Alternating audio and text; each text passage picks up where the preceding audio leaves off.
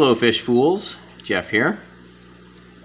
So I'm just checking in on my peppered Corydoras fry. I have this net breeder box here in my 10-gallon peppered Cory and wild guppy tank. You can see that little guy moving back here. This is the biggest one right here. So they range from the oldest about 3 weeks old, and I figure that's the biggest one. It's going to be the oldest, to about 2 weeks old. So they were going through a stretch where I kept finding or seeing my peppered Corys spawning in this tank, and I collected some eggs. Unfortunately, this one right here floating is deceased. I'll try to get that out of there and just drop it in the tank. Oh no! I just knocked it off. Yeah, that's how I lost the first batch. That big one in here. The biggest one was 3 weeks old, but that's from the second batch of eggs that I collected. The first batch I lost because this breeder box, where it's sectioned here and kind of balancing, had come off and dropped in the tank, and I lost that first batch. But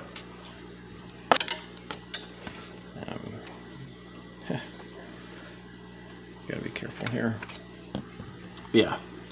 To this point, since the second batch hatched 3 weeks ago, I've been able to keep them in here. So I did have as many as maybe a dozen or so that hatched out.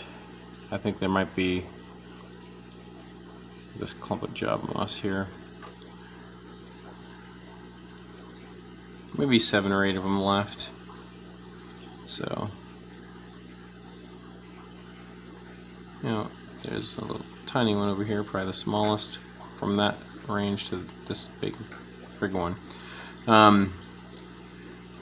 They probably get bigger, and I just, fry would need to probably be fed maybe 3 times a day. I don't really have time in my schedule to do that, so it's really been like once a day. But I'll drop some rapashi in here.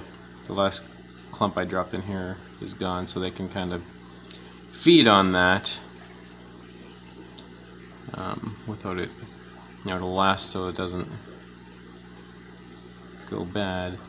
I just, I have this air stone here. I just turned it off, or turned it very, very low, just so I can see with it on. Just it'll cause like surface irritation. I won't be able to look inside. But yeah, so far they're still going. I mean, I'm really hoping I can get them to the point where they're big enough that I can release them in the tank. This is the 3rd species of Corydoras, actually no, the 4th that I've had fry. Pygmy Corydoras, Panda Corydoras, and Emerald Green Corydoras, and these are the peppered Corydoras. But I haven't had any grow to adulthood of any of the others. That maybe one of the Pygmy Panda Corydoras, the first one I ever saw. I never even saw the eggs. I never collected them, just in the tank. I just saw a little dude that was big enough to not get eaten a while back. But now I'm not sure if that is like one of the adults that I have in my 29-gallon tank. That's one of them. But yeah. So my 10-gallon tank. Have 6 of these peppered Corydoras along with the wild guppies. I haven't seen them spawning probably in a couple weeks now, but I haven't really had a chance to watch the tank. So I do want to get more catappa leaves, just have some ready, just to provide cover. I mean, did search in the tank to see if any from that first batch that might have gotten released in here, if they didn't get eaten, if they were able to hide, hoping I might see some scurrying around, because I also did